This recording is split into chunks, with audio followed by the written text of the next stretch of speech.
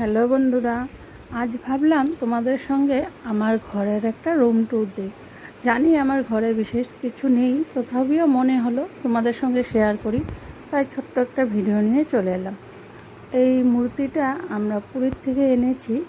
আমার মেয়ে এনেছে কৃষ্ণ ঠাকুর, জগন্নাথের মুখ থাকা। আর এই ঠাকুরগুলো কমপ্লিটলি আমার মেয়ের। আর পড়ার টেবিলের উপরে ও এইভাবে রেখে দেয়। যখন পড়তে বসে ধূপকাঠি জ্বালিয়ে তারপরে পড়তে বসে। ছোটোর থেকেও ঠাকুর ভালোবাসে। যখন খেলতো, খেলাধুলা করতো, ও রান্নাবাটির বাসন নিয়েও শুধু পুজোই করতো। তো আমার ঘরে বিশেষ কিছু নেই, দামি কোনো জিনিসও নেই। যা আছে এইটুকুনি গুছিয়ে রাখার চেষ্টা করি।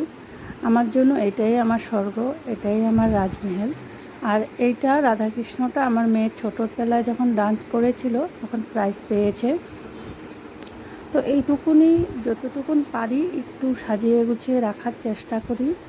এই ফ্রিজটাও আমার বিয়ের, মোটামুটি 19 বছর হয়েছে ফ্রিজটা, তবুও ঠিক আছে এখনও। তো ভাবলাম তোমাদেরকে একটু দেখাই। এটা আরেকটা রুম, আমাদের দুটো রুম। তো এটা টিভি রুম।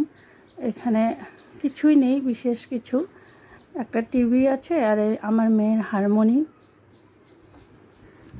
আর এখানে আছে আমার মেয়ে এতদিনে যে ডান্স করে, তারপরে পড়াশোনাতে এবার ডিস্টিংশন পেয়েছে, সেগুলো সব প্রাইজগুলো, গিফটগুলো আছে, এগুলোকে সাজিয়ে গুজিয়ে রেখেছি।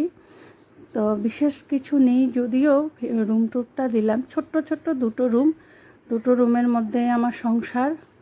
তো তোমাদের যদি আমার রুম ট্যুরটা ভালো লাগে, আমার ভিডিও ভালো লাগে, আমার চ্যানেলটিকে সাবস্ক্রাইব করে আমার পাশে থেকো।